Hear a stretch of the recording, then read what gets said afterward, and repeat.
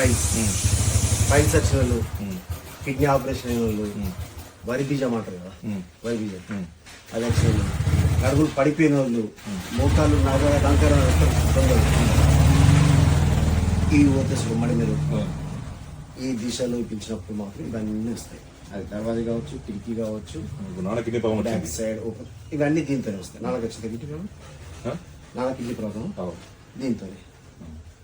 అన్న ఇంటికి వెళ్ళిపోవడానికి నాకు బ్యాక్ పెయిన్ అది ఇప్పుడు దీంతోనే. అది కూడా ఈ బొడ్డు నుంచి కిందికి ఏమేమి ఉంటాయో ప్రాబ్లమ్స్ ఒక వ్యక్తికి దీంతోనే రండి. ఎంత తొందర అంత తొందర. ఇప్పుడు నీకు మూయడానికి ఛాన్స్ లేదు. మూయాలంటే చాలా కష్టం కూడుకున్న పని. అంటే ఈ తీసి అక్కడ దర్వాజా పెట్టుకుంటే అన్నిటికంటే సుఖం.